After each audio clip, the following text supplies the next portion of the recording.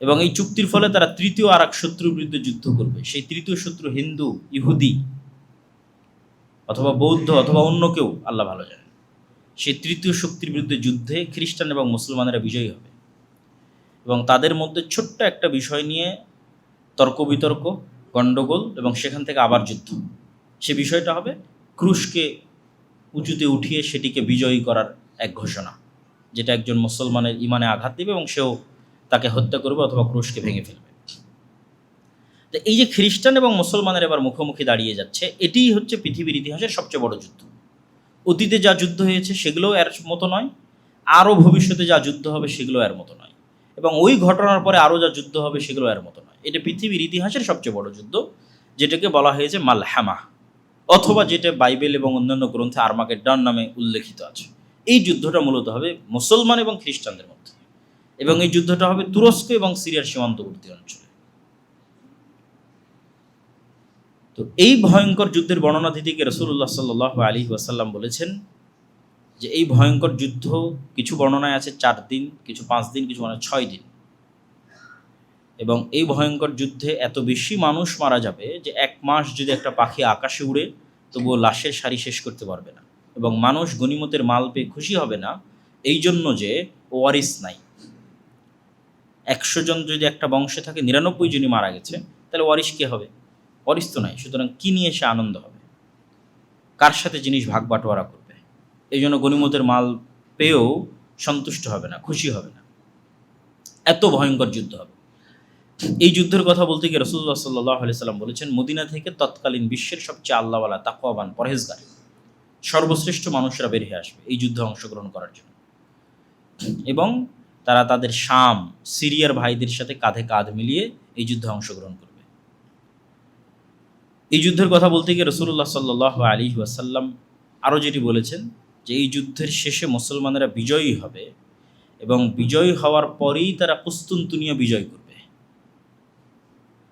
কুস্তুনতুনিয়া হচ্ছে আজকের তুরস্কের ইস্তাম্বুল, এবং যখন রাসূল সাল্লাল্লাহু আলাইহি ওয়াসাল্লাম এই হাদিস বলতেছেন তখন কুস্তুনতুনিয়া বাইজেন্টাইন এম্পায়ারের রাজধানী, এবং সুলতান মুহাম্মদ আল ফাতেহের পূর্ব পর্যন্ত প্রায় 700-800 বছর মুসলমানেরা লাগাতার চেষ্টা করেছে এই কুস্তুনতুনিয়া বিজয় করার জন্য, কিন্তু তারা কুস্তুনতুনিয়া বিজয় করতে পারেনি। সুলতান মুহাম্মদ আল ফাতেহ কুস্তুনতুনিয়া বিজয় করেছেন, সেটি এখন মুসলমানদের নগরী, কিন্তু রাসূল সাল্লাল্লাহু আলাইহি ওয়াসাল্লামের কথা অনুযায়ী বোঝা যাচ্ছে কিয়ামতের পূর্ব মুহূর্তে এটি আবারও বিজিত হবে। ফলত কিয়ামতের পূর্ব মুহূর্তে এটি হাতছাড়া হওয়ারও সম্ভাবনা আছে, যেহেতু আবার বিজিত হবে। এবং এই কুস্তুনতুনিয়া বিজয়ের কথা রাসূল সাল্লাল্লাহু আলাইহি ওয়াসাল্লাম আর এক হাদিসে এইভাবে উল্লেখ করছেন যে লা তাকুমুস সাআহ, ততদিন পর্যন্ত কিয়ামত হবে না যতদিন না ইসহাক আলাইহিস সালাতু ওয়াস সালামের বংশের 70,000 মানুষ এমন এক শহরে যুদ্ধ না করে যেই শহরের এক পাশে সমুদ্র এবং আর এক পাশে সমতল। জানিবুহাল বার ওয়া জানিবুহাল বাহর, এক পাশে সমুদ্র আর এক পাশে সমতল, ইসহাক আলাইহিস সালাতু ওয়াস সালামের বংশের। এই হাদিস থেকে বোঝা যায় যে আসলে ইসহাক আলাইহিস সালাতু ওয়াস সালামের বংশের আর কেউ এখন ইহুদি নাই। ইসহাক আলাইহিস সালাতু ওয়াস সালামের বংশের সবাই মুসলমান হয়ে গেছে। ফলত আজকের যারা নিজেদেরকে ইহুদি দাবি করতেছে তারা ব্লাডলি, রক্তগতভাবে ইব্রাহিম আলাইহিস সালাতু ওয়াস সালামের সাথে কানেক্টেড নয়, এবং এটা জেনেটিক্যালিও প্রুভ করা সম্ভব। কীভাবে? ইব্রাহিম আলাইহিস সালাতু ওয়াস সালাম হচ্ছেন সেমিটিক, সাম, এবং ইব্রাহিম আলাইহিস সালামের 2 ছেলে ইসহাক এবং ইসমাইল, তারাও হচ্ছে নূহ আলাইহিস সালাতু ওয়াস সালামের সন্তান, সামের বংশধর। ফলত তাদের গায়ের রং আজকের আরব এবং আজকের ফিলিস্তিনের যে গায়ের রং, সেই গায়ের রং হচ্ছে তাদের গায়ের রং।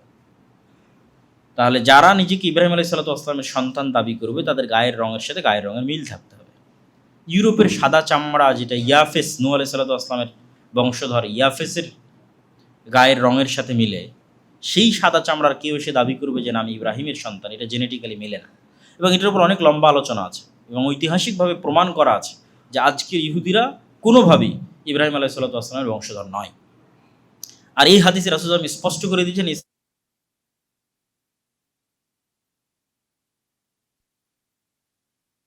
এক শহরে, যে শহরের এক পাশে সমুদ্র এবং এক পাশে সমতল, এবং এই শহর কোনো অস্ত্র দিয়ে বিজয় হবে না। এই শহর বিজয় হবে মুজাহিদদের মুখের ধ্বনিতে, আল্লাহু আকবার, লা ইলাহা ইল্লাল্লাহ, এই আওয়াজে দেওয়াল পড়ে যাবে এবং বিজয় হবে। তো ব্যাখ্যাকারগণ এই শহরকে অধিকাংশই লিখেছেন যে এই শহর হচ্ছে ইস্তাম্বুল, যেটা ওই যে যুদ্ধ হচ্ছে ভয়ঙ্কর যুদ্ধ, ওই যুদ্ধের পরে বিজয় হবে। আবার কেউ কেউ লিখেছেন এই শহর হচ্ছে ইতালির রাজধানী রোম, কেননা কিছু কিছু হাদিসে, যদিও ওই হাদিসগুলো জয়ীফ, কিছু কিছু হাদিসে রোম শব্দটা আছে। রাসূল সাল্লাল্লাহু আলাইহি ওয়াসাল্লামকে জিজ্ঞেস করা হচ্ছে, এটা জয়ীফ হাদিস, যে আল্লাহ নবী মুসলমানের আগে কুস্তুনতুনিয়া বিজয় করবে না আগে রোম বিজয় করবে। তো দুটি ব্যাখ্যাই হতে পারে, আল্লাহু আলাম। কেন হতে পারে সেটাও বলে দিই, যে এই যুদ্ধে খ্রিস্টানেরা যেহেতু তাদের সর্বোচ্চ শক্তির সমাবেশ ঘটাবে, যা পৃথিবীর ইতিহাসের সবচেয়ে বড় যুদ্ধ হবে, এবং রাসূল সাল্লাল্লাহু আলাইহি ওয়াসাল্লামের বলা ভাষা অনুযায়ী প্রায় 10 লক্ষ সেনাবাহিনী এই যুদ্ধে অংশগ্রহণ করবে, একদম পদাতিক মাঠে উপস্থিত থাকবে 10 লক্ষ। তাহলে এত বিশাল সৈন্য সমাবেশ করার পরে যখন খ্রিস্টানরা পরাজিত হয়ে যাবে, তখন মুসলমানদেরকে বাধা দিবে এরকম কোনো শক্তি পৃথিবীতে থাকবেই না। কেননা সবচেয়ে বড় যুদ্ধ তো হয়ে গেছে, যেই যুদ্ধে খ্রিস্টানরা তাদের সবচেয়ে বেশি শক্তির বহিঃপ্রকাশ ঘটিয়েছে, সেই যুদ্ধে তাদের পরাজয় হয়েছে। ফলত এখন সামনে বাধা দানকারের কেউ নাই, এখন শুধু বিজয় আর বিজয়। সেই বিজয় ইস্তাম্বুল হতে পারে, সেই বিজয় ইতালির রাজধানী রোম হতে পারে, সেই বিজয় পুরো ইউরোপ হতে পারে। এবং এগুলো ঈসা আলাইহিস সালাতু ওয়াস সালাম আসার পূর্বেই, দাজ্জাল আসার পূর্বেই।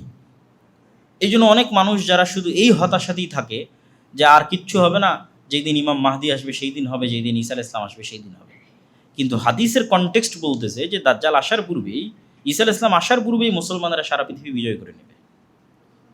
আমার এবং আপনার মতো সাধারণ মানুষেরা, নতুন কোনো নবী ছাড়া, নতুন কোনো কোরআন ছাড়া এবং নতুন কোনো হাদিস ছাড়া, নতুন কোনো নবী ছাড়া, নতুন কোনো নবীর সহচর্য ছাড়া, নতুন কোনো নবীর সোহবত ছাড়া, নতুন কোনো কোরআনের সোহবত ছাড়া, সহচর্য ছাড়া, নতুন কোনো হাদিসের সহচর্য ছাড়া, যেই কোরআন এবং যেই হাদিস আমাদের কাছে আছে, এই কোরআন এই হাদিস, এবং যেমন আমাদের মাঝে কোনো নবী নাই, এরকম কোনো নবীবিহীন অবস্থাতেই আমাদের মতো সাধারণ মানুষরা সারা পৃথিবী বিজয় করে নেবে এই কোরআন দিয়ে, হাদিস। এই জন্য কাজের অনেক কিছু আছে। আপনি শুধু শেষ জামানার বিষয় নিয়ে আলোচনা করবেন আর সেগুলো নির্ধারণ করতে থাকবেন, কিন্তু ওগুলোর চেয়ে বড় জিনিস তো আপনার কাছে আছে, সেটা কোরআন এবং হাদিস। এটা থেকেই তো এত বড় বিজয় হবে। তাহলে ওই কোরআন এবং হাদিসের উপর আমল করাই তো কাজ। এটা সব শেষে আরও একবার বলবো এই কথাটা। তো এই ঘটনার পরে যখন মুসলমানদের বিজয় অভিযান আর থামছে না, চলছেই, তখন এটাকে থামানোর জন্যই শয়তান আড়াল থেকে বলবে দাজ্জাল তোমাদের বাড়ি ঘরে প্রবেশ করে গেছে, এবং এটা হবে পৃথিবীর ইতিহাসের সবচেয়ে বড় শকিং নিউজ। এত বড় শকিং নিউজ পাওয়ার কারণে আর বিজয় অভিযান পরিচালনা না করে সবাই রিটার্ন ব্যাক করবে শামে, দামেস্কে, ফিলিস্তিনে, যে আসলেই দাজ্জাল আমাদের বাড়ি ঘরে ঢুকে গেছে কিনা। কিন্তু এটা মিথ্যা নিউজ, তখনও দাজ্জাল বের হয়নি। তারপরে যখন তারা ফিরে আসবে ততক্ষণে দাজ্জাল সত্যি বের হয়ে যাবে, এবং দাজ্জাল যখন বের হয়ে যাবে তখন এক নিমিষে, এক মিনিটে যেই মুসলমানেরা 10 লক্ষ বাহিনীর একটা বাহিনীকে পরাজয় করে কুস্তুনতুনিয়া, ইতালি, ইউরোপ, জেরুজালেম, ভারত সব বিজয় কমপ্লিট করে ফেলেছে, সেই মুজাহিদ বাহিনী দেখবে যে এক নিমিষে তাদের ক্ষমতা জিরো, তাদের পাওয়ার জিরো। কেননা দাজ্জাল যখন আসবে সে এক্সট্রা অর্ডিনারি অলৌকিক ক্ষমতা নিয়ে আসবে, এবং সেই এক্সট্রা অর্ডিনারি অলৌকিক ক্ষমতার সামনে তারা বেবাস, লাচার, কোনো ক্ষমতা, কোনো পাওয়ার তাদের থাকবে না। কেমন অসহায় তারা হয়ে যাবে, এত অসহায়ত্ব যে রাসূল সাল্লাল্লাহু আলাইহি ওয়াসাল্লাম বলছেন যে দাজ্জাল ইরাক এবং শামের মধ্যবর্তী এক শহরের মধ্যে দিয়ে অতিক্রম করবে, তো কোনো এক শহরে গিয়ে বলবে তোমরা আমার প্রতি ঈমান আনয়ন করো, তো সেই শহরের মানুষ তার প্রতি ঈমান আনয়ন করবে। তখন ধন সম্পদ ওই শহরের মানুষের পিছনে এমনভাবে ছুটবে যেভাবে মৌমাছির চাকের সাথে লেগে থাকে। তারপরে আর এক শহরে গিয়ে দাজ্জাল বলবে তোমরা আমার প্রতি ঈমান আনয়ন করো, সম্ভাব্য ওই শহর দামেস্ক, শামের কোনো নগরী যেখানে মুসলমান এবং মুজাহিদরা বসবাস করতেছে, তারা বলবে যে না, আমরা তোমার প্রতি ঈমান আনয়ন করবো না। তখন আসমান এবং জমিনের ফসল উৎপাদনের ব্যবস্থাপনা তাদের জন্য এমনভাবে বন্ধ করে দেওয়া হবে যে তাদের কাছে খাবারের কোনো ব্যবস্থাপনাই থাকবে না। ফলত যেহেতু কোনো খাবারই উৎপন্ন হচ্ছে না, ঘাসও যেহেতু উৎপন্ন হচ্ছে না, ফলমূল শাকসবজি তো বহুদূরের কথা, ঘাসও যেহেতু উৎপন্ন হচ্ছে না, তখন বাঁচার জন্য তাদের বাড়িতে থাকা যে আগের যে ফার্নিচারগুলো আছে, কাঠ, টেবিল, সেগুলো চিবিয়ে চিবিয়ে এর মধ্যে থেকে রস বের করার চেষ্টা করবে, এবং এটাই খাদ্যদ্রব্য হিসেবে বানিয়ে বেঁচে থাকার চেষ্টা করবে। এই রকম অসহায় অবস্থায় চলে যাবে। এবং যেহেতু দাজ্জাল এক্সট্রা অর্ডিনারি ক্ষমতা নিয়ে এসেছে, পাওয়ার নিয়ে এসেছে, এবং এটা আল্লাহ সুবহানাহু ওয়া তাআলা তাকে দিয়েছে, ফলত এখান থেকে ঈমান বাঁচিয়ে এইরকম কষ্টের মধ্যে টিকে থাকা এত সহজ হবে না। একমাত্র তারাই পারবে যাদের ন্যূনতম 1 টাকার প্রতিও অবৈধ লোভ নাই। আজকে আপনি আপনার নফসকে চেক করে দেখেন, যে একটা অবৈধ টাকার প্রতি আপনার লোভ আছে কিনা, তাহলে নিশ্চিত জেনে থাকেন আপনি দাজ্জালের ফিতনা থেকে বাঁচতে পারবেন না। কেন দাজ্জাল যখন আসবে তখন সকল টাকা পয়সা দাজ্জালের কাছে, আর আপনাকে কিসের জন্য প্রস্তুত হবে? মরার জন্য। কিচ্ছু থাকবে না, টাকা পয়সা, না ধন দৌলত, না খাবার দাবার, না বাড়িঘর, মৃত্যু, সাক্ষাৎ মৃত্যু। তাহলে যার 1 টাকাও অবৈধর প্রতি লোভ আছে সে বাঁচতে পারবে না। এটাই হলো চেক পয়েন্ট যে আপনার ইমানের, তাহলে আপনার 1 টাকাও অবৈধ লোভের প্রতি যেন না থাকে এবং আপনি মৃত্যুকে যেন ভয় না পান, বরং মৃত্যুকে আপনি জান্নাতে যাওয়ার ওসিলা মনে করেন। এইটার জন্যই তো ওই 2টা ইমান লাগবে, যে 2টা ইমানের আলোচনা আমরা শুরুতে করেছি। পুনরুত্থানের প্রতি মজবুত বিশ্বাস এবং আল্লাহর প্রতি মজবুত ইমান, এই 2টা ছাড়া কেউ এই স্যাক্রিফাইস করতে পারবে না। যে মৃত্যু ভয় নয়, মৃত্যু কি জান্নাতে যাওয়ার মাধ্যম, ফলত আনন্দের সাথে সে মৃত্যুকে অ্যাকসেপ্ট করবে এবং দাজ্জালের যেটা জাহান্নাম হবে সেটার মধ্যে ঢুকে যাবে, আর দাজ্জালের যেটা জান্নাত হবে সেটাকে ধোঁকা মনে করবে। এই লেভেলের ইমান সে কোথায় থেকে অর্জন করবে? এই লেভেলের ইমান ছিল আসহাবুল উখদুদের ইমান, আসহাবে কাহাফের ইমান। আসহাবে কাহাফ তাদের ইমান বাঁচানোর জন্য সারা পৃথিবী থেকে ডিসকানেক্টেড হয়ে গেছে, যে আমরা ইমান বিক্রি করব না, কিন্তু সারা পৃথিবী থেকেই ডিসকানেক্টেড, আলাদা গুহায় গিয়ে আশ্রয় নিয়েছে। এই জন্য বলা হয়েছে দাজ্জালের ফিতনা থেকে বাঁচতে চাইলে সূরা কাহাফ বা সূরা কাহাফের প্রথম 10 আয়াত, কেন সূরা কাহাফের মধ্যে অনেক শিক্ষণীয় লার্নিংস, টিচিংস আছে এবং কোরআনের সবচেয়ে ব্যতিক্রম 4-4টা ঘটনা এই সূরা কাহাফের মধ্যে উল্লেখ করা আছে। এত ব্যতিক্রম কোরআনে যত ঘটনা উল্লেখ করা আছে তার মধ্যে সবচেয়ে ব্যতিক্রম ঘটনা হলো এগুলো। যেমন জুলকারনাইনের সাথে ইয়াজুজ মাজুজের সাক্ষাৎ, যেই ইয়াজুজ মাজুজ আবার পৃথিবীতে আসবে, এটা একটা ব্যতিক্রম ঘটনা। জুলকারনাইন কোথায় গেল, কোথায় ইয়াজুজ মাজুজকে পেল, আর কোথায় তাদেরকে আড়াল করে রাখলো। তারপরে আসহাবে কাহাফের ঘটনা, তারপরে হচ্ছে খিজির আলাইহিসসালাতু ওয়াসসালামের সাথে মুসা আলাইহিস সালামের সাক্ষাতের ঘটনা। এটা আরও আশ্চর্যের, যে মুসা আলাইহিস সালাম দাবি করছে তিনি সবচেয়ে জ্ঞানী, আল্লাহ বলছে না, আমার আরও একজন জ্ঞানী বান্দা আছে। কোথায়? আল্লাহ কোনো শহর বলে না, গ্রাম বলে না, লোকেশন এক্সাক্ট বলে না, বলে মাছ নাও, সমুদ্রের ধার দিয়ে হাঁটতে থাকো, যেখানে জীবিত মরা মাছ জীবিত হয়ে যাবে সেখানে পাবা। এবং মরা মাছ যেখানে জীবিত হয়ে যাচ্ছে সেখানে যখন তাকে পাওয়া যাচ্ছে, তখন যে 3টা ঘটনা ঘটতেছে, এগুলো পৃথিবীর ফিজিক্স অনুযায়ী অসম্ভব। যে একটা বাচ্চা ভবিষ্যতে তার বাপ মাকে হত্যা করবে, তাই আমি অতীতে তাকে হত্যা করতেছি, টাইমকে নিয়ে যেই খেলা, এটা পৃথিবীতে শুধু সায়েন্স ফিকশনের মধ্যেই সম্ভব, বাস্তবে সম্ভব নয়। কিন্তু এটা খিজির আলাইহিস সালাম বাস্তবে করতেছে, ভবিষ্যতে যা ঘটবে তা দেখে এসে অতীতে সেটার সমাধান বের করতেছে।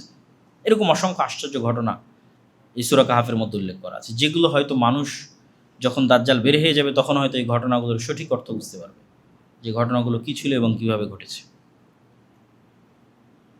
সূরা কাহাফের মধ্যে আরেকটা যেটা মানুষের কাছে মনে হবে না আশ্চর্যের, কিন্তু আসলে এগুলোর চেয়েও আশ্চর্যের, সেটা হচ্ছে 2 ভাই বা 2 বন্ধু, তাদের 2টা বাগান ছিল।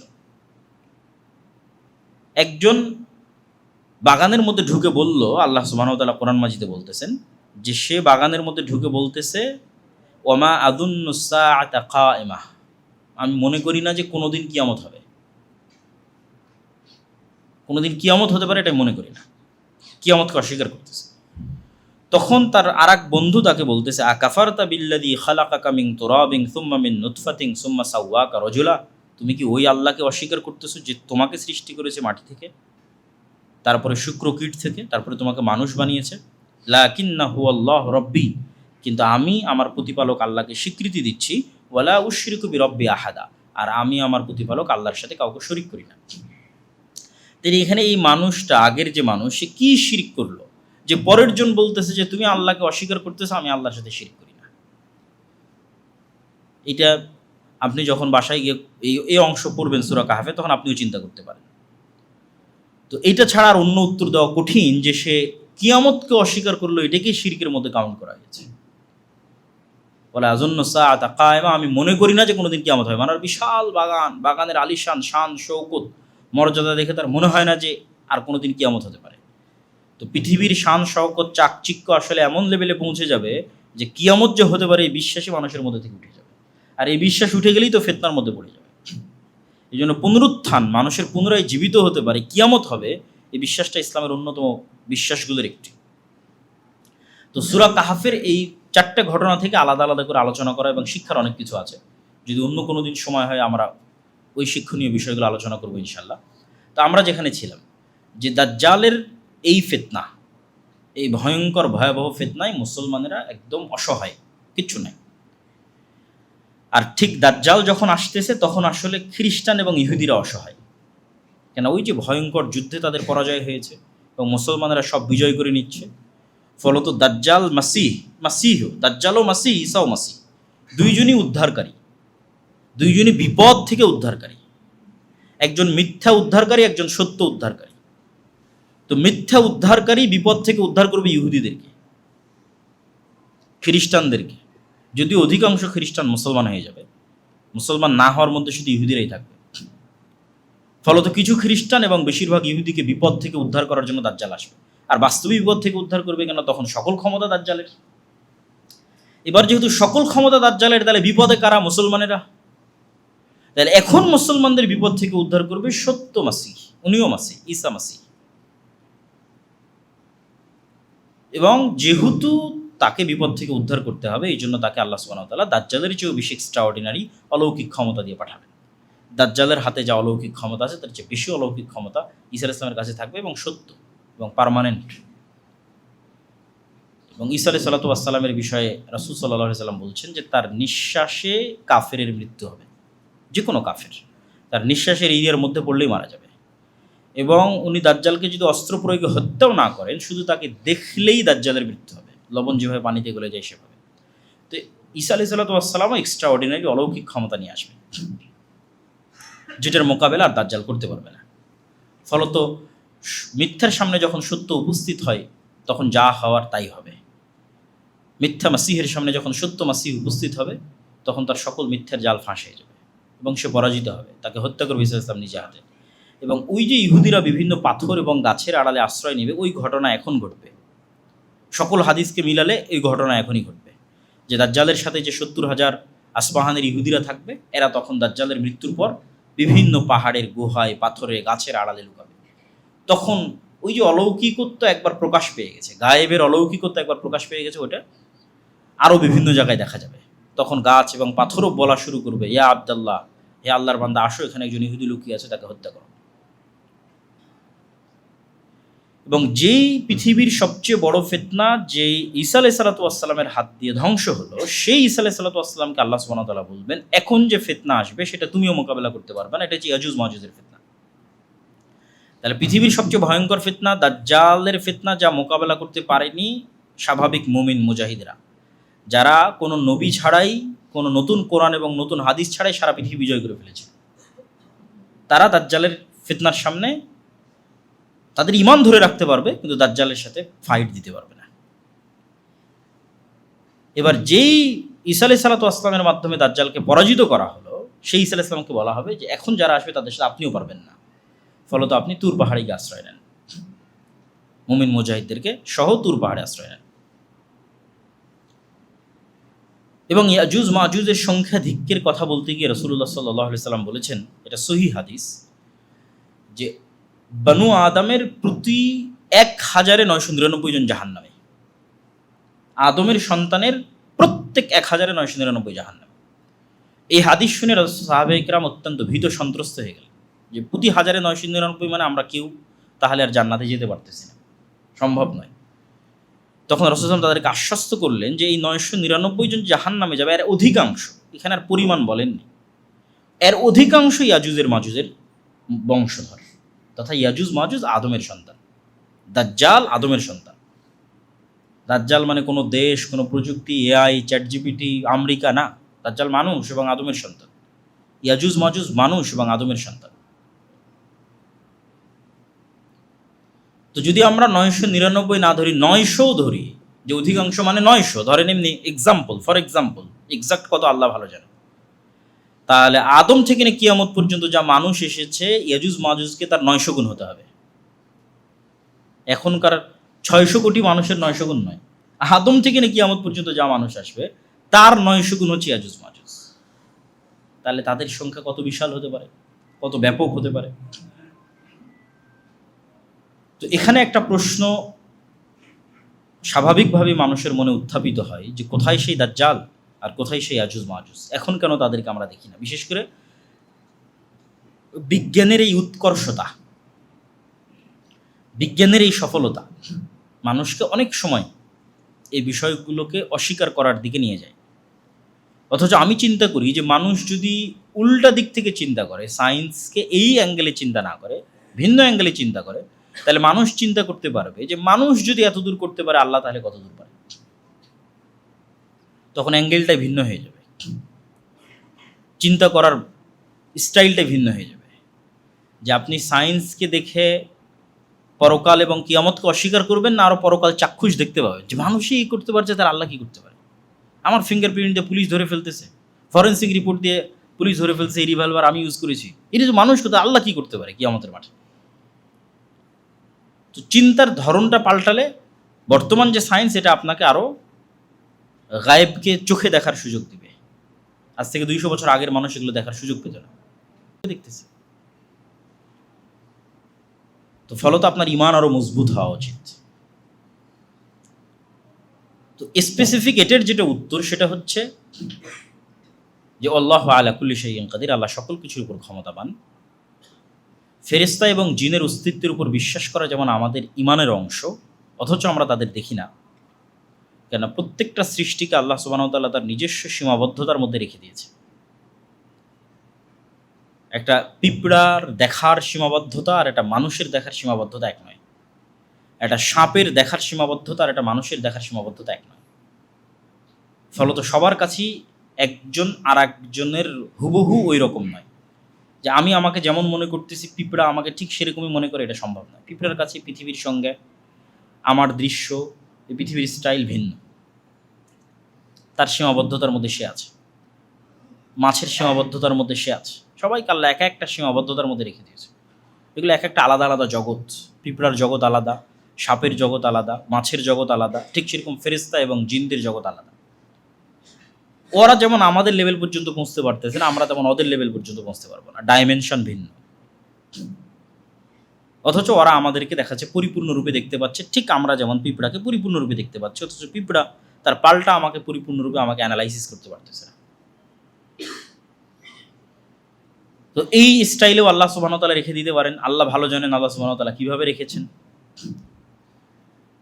এবং আল্লাহ সুবহানাহু ওয়া তাআলার পবিত্র কোরআনের বর্ণনা অনুযায়ী যে আসমান সৃষ্টিতে আল্লাহর যা সময় লেগেছে, জমিন সৃষ্টিতে আল্লাহর তাই সময় লেগেছে। এবং আল্লাহ আসমানকে যেমন 7টা সৃষ্টি করেছে, জমিনকেও তেমন 7টা সৃষ্টি করেছে।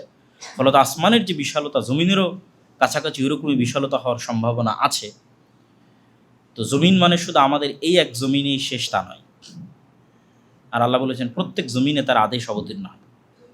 তানাজ্জালুল আমরু বাইনাহুন্না, প্রত্যেক জমিনে তার আদেশ অবতীর্ণ হয়। ফলত আল্লাহ সুবহানাহু ওয়া তাআলা চাইলে দাজ্জাল এবং ইয়াজুজ মাজুজকে ভিন্ন জমিনেও রাখতে পারেন।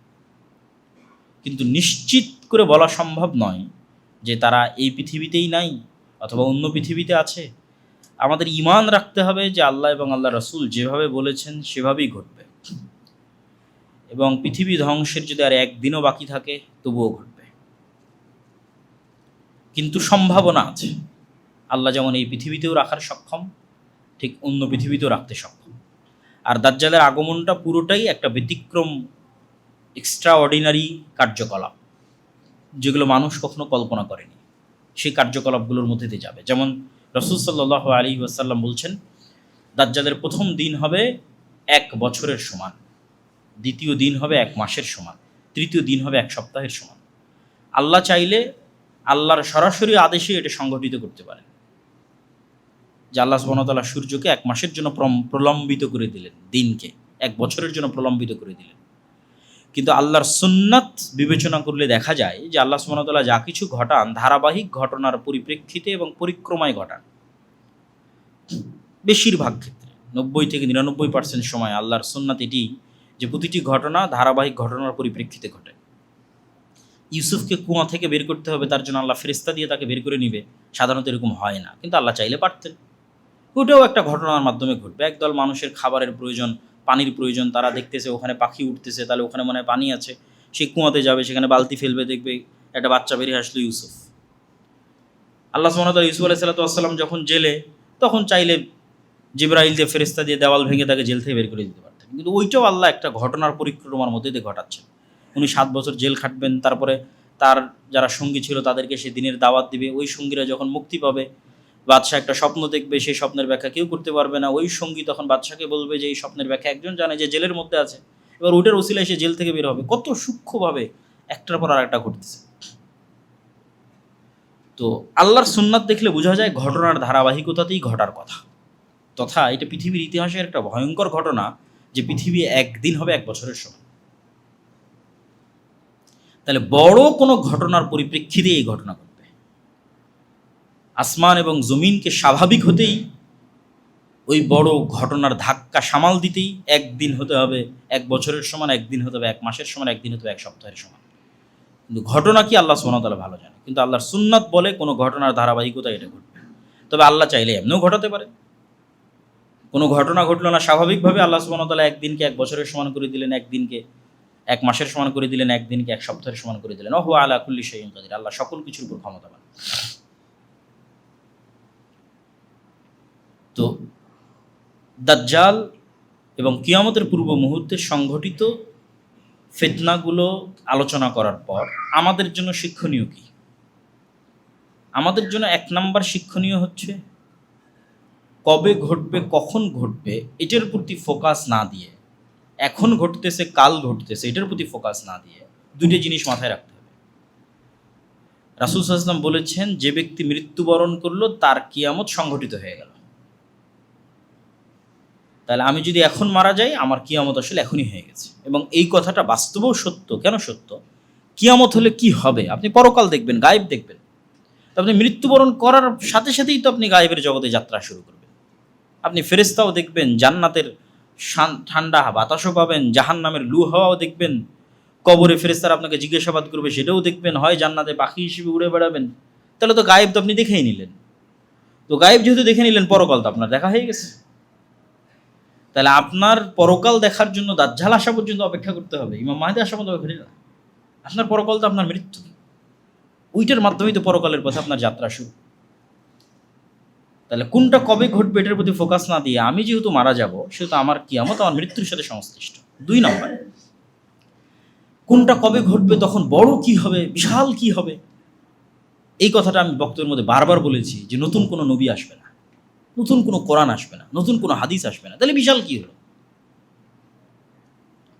যদি এরকম হতো যে হ্যাঁ দাজ্জাল আসবে, এখন নতুন একজন নবী আসবে, নতুন একটা কোরআন আসবে, তাহলে অনেক বিশাল কিছু হতো। কিন্তু ঈসা আলাইহিস সালাম এসে তো এই কোরআনেরই অনুসরণ করবে। আর ঈসা আলাইহিস সালাম আসার পূর্বেই যে মুমিন মুজাহিদরা বিজয় হবে, তারা কোন কোরআন অনুসরণ করে? এই কোরআন অনুসরণ করে। তাহলে আসলে যেটা সবচেয়ে বড় ঘটনা, এটা তো 1400 বছর আগে ঘটে গেছে। সেটা যে মুহাম্মদ সাল্লাল্লাহু আলাইহি ওয়াসাল্লামের আগমন এবং কোরআনের অবতীর্ণ হয়, এটা সবচেয়ে বড় ঘটনা। তাহলে আর এর চেয়ে বড় কোনো ঘটনা আসলে সামনে ঘটতেছে না। আর বড় কোনো ঘটনা যদি ঘটেও থাকে, সেগুলো এগুলোর অনুসরণে, মানে এই এক্সিস্টিং কোরআনের অনুসরণে, এই এক্সিস্টিং হাদিসের অনুসরণে। তাহলে সবচেয়ে বড় ঘটনা এখানেই আছে। তাহলে যেহেতু আমার মৃত্যু নিশ্চিত আর সবচেয়ে বড় ঘটনা যেহেতু ঘটে গেছে, তাহলে আমার কাজও, রোড ম্যাপও নিশ্চিত। সেটা কি এই কোরআন এবং এই হাদিস। এবং যারা আজকের যুগের প্রোডাক্টিভিটি নিয়ে কাজ করে, তারা এটা নিয়ে খুব গবেষণা করেছে যে মানুষ যদি তার প্রভাবিত এরিয়া নিয়ে কাজ করে দ্রুত সফল হয়, আর মানুষ যদি তার প্রভাবের বাইরের এরিয়া নিয়ে কাজ করে তাহলে ব্যর্থ হয়। ধরেন ইরান এবং আমেরিকা যুদ্ধ করে কি হবে, এটাতে আপনি কোনো প্রভাব রাখতে পারবেন না, কোনো চেঞ্জিং আনতে পারবেন না ইরান এবং আমেরিকার যুদ্ধের মধ্যে। কিন্তু আপনি এখন সকালবেলা উঠে 10টা আয়াত তেলাওয়াত করলে আপনার নেকিতে 10টা নেকি যুক্ত হবে। ফজরের সালাত আদায় করলে নেকি যুক্ত হবে।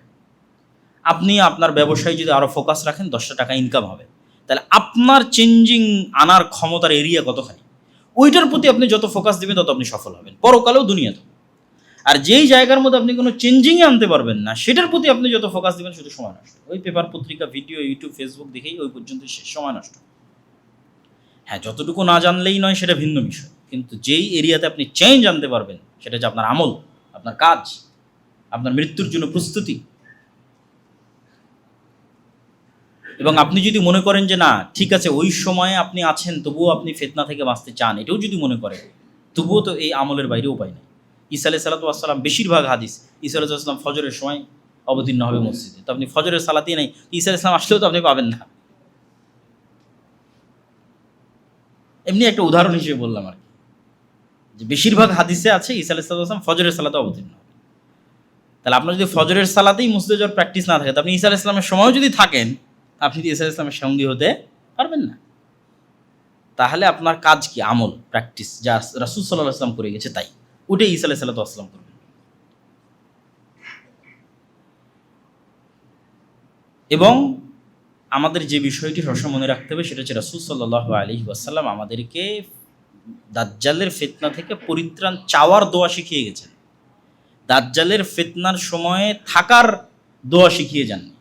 ইমাম মাহদী এবং ঈসা আলাইহিস সালামের সঙ্গী হওয়ার জন্য কোনো দোয়া শিখিয়ে যাননি। আমাদেরকে কিসের দোয়া শিখিয়েছেন? আল্লাহুম্মা ইন্না আউযুকা মিন ফিতনাতিল মাসীহিদ দাজ্জাল, যে আল্লাহ দাজ্জালের এই ভয়ঙ্কর ফিতনা পৃথিবীতে আসার আগেই যেন আমি ঈমান নিয়ে পৃথিবী থেকে বিদায় নিতে পারি। কেন আমাদের আলটিমেট সফলতা তো জান্নাতে যাওয়া।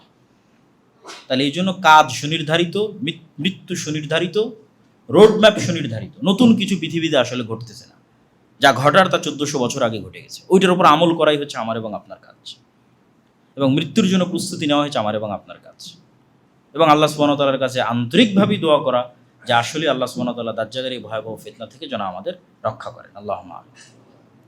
আর যদি হ্যাঁ, এটাও ঠিক যে আল্লাহ কোরআনে বলছেন কিয়ামত হঠাৎ হবে, এবং রাসূল সাল্লাল্লাহু আলাইহি ওয়াসাল্লামের সময়ও যখন ইবনু সাইয়াদ, তাকে যখন মানুষ দাজ্জাল মনে করছে, আল্লাহ নবী বলছেন না যে না আমার সময় দাজ্জাল বের হবে না, এটা বলছেন না।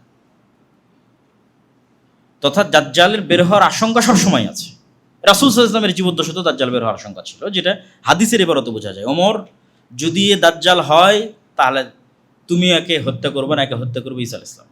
আর এই যদি দাজ্জাল না হয় তাহলে তুমি কেন নিরপরাধ মানুষকে হত্যা করবে? এর চেয়ে তো সহজ ছিল এই আনসার দেওয়া, জানে না এখন দাজ্জাল বের হবে না। কিন্তু ওই আনসার রাসূল সাল্লাল্লাহু আলাইহি ওয়াসাল্লাম দেননি। তাহলে কিয়ামতও হঠাৎ সংঘটিত হবে, দাজ্জালও হঠাৎ বের হয়ে আসবে। তাহলে যদি আপনার সময় সেই সময় হয়, তাহলে আপনি কি দিয়ে ঈমান বাঁচাবেন? ওই সেম কাজ। পরকালের প্রতি আপনার বিশ্বাস যত মজবুত হবে, আল্লাহর তাওহীদের প্রতি আপনার ঈমান যত মজবুত হবে, দুনিয়ার শান শওকত চাকচিক্যের প্রতি আপনার লোভ যত কম হবে, যেটা আমি বলেছি 1 টাকাও অবৈধ জিনিসের প্রতি যদি আপনার লোভ না থাকে, মৃত্যুকে যদি আপনি জান্নাতে যাওয়ার মাধ্যম মনে করতে পারেন, আল্লাহর সাথে সাক্ষাতের মাধ্যম মনে করতে পারেন, এবং মৃত্যুর জন্য যদি প্রস্তুত থাকেন যে মৃত্যু আসলে বড় ভয়ঙ্কর কিছু নয়, ভয়ের কিছু নয়, এটা আল্লাহর সাথে দেখা হওয়ার একটা মাধ্যম এবং জান্নাতে যাওয়ার একটা মাধ্যম, এবং সেটার জন্য যদি প্রস্তুত থাকতে পারে, এই বিষয়গুলো একত্রিত হলেই শুধু দাজ্জালের ফিতনা নয়, পৃথিবীর যে কোনো ফিতনা থেকে মুক্তি পাওয়া সম্ভব। আল্লাহ সুবহানাহু ওয়া তাআলা আমাদের তৌফিক দান করুক। আল্লাহুম্মা আমিন। আর এই ঈমানের মজবুতির বিষয়গুলোই মূলত আল্লাহর পথে যাত্রায় বইটিতে আলোচনা করা আছে, শুধু ঈমান কেন্দ্রিক বিভিন্ন আলোচনা। তো সেই বইটিও আপনাদের অধ্যয়ন করার উদাত্ত আহ্বান জানাচ্ছি। আপনারা সকলে অবগত আছেন যে আমাদের দাওয়া সেন্টার পরিবর্তনের কাজ চলমান আছে। আমাদের যেটা নতুন দাওয়া সেন্টারের লোকেশন মিরপুর 11, এই রাস্তার যে পাশে আমরা আছি এই পাশেই মোহনা টিভির গলি বলে ওইটাকে। হয়তো আর 1 মাস থেকে 2 মাস লাগতে পারে আমাদের ওখানে যেতে, ওখানে কাজ চলমান। যে কেউ গিয়েও দেখে আসতে পারেন, যাতে লোকেশন চেঞ্জ হলে যেন আপনাদের জন্য সহজ হয় সেখানে যাওয়া। তো এই সমস্ত সকল কাজে আপনাদের আন্তরিক সহযোগিতা এবং দানের হাত প্রশস্ত করার দত্ত আহ্বান জানাই। আল্লাহ সুবহানাহু ওয়া তাআলা আমাদের সকলকে কবুল করুক। আল্লাহুম্মা আমিন।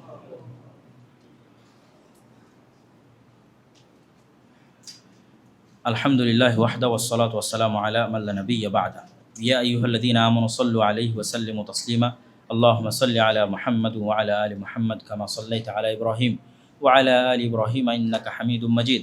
আল্লাহুম্মা বারিক আলা মুহাম্মাদ ওয়া আলা আলি মুহাম্মাদ কামা বারাকতা আলা ইব্রাহিম ওয়া আলা আলি ইব্রাহিম ইন্নাকা হামিদুম মাজিদ। ربنا ظلمنا أنفسنا وإن لم تغفر لنا وترحمنا لنكونن من الخاسرين. ربنا ظلمنا أنفسنا وإن لم تغفر لنا وترحمنا لنكونن من الخاسرين. ربنا ظلمنا أنفسنا وإن لم تغفر لنا وترحمنا لنكونن من الخاسرين. ربنا آتنا في الدنيا حسنة وفي الآخرة حسنة وقنا عذاب النار. ربنا آتنا في الدنيا حسنة وفي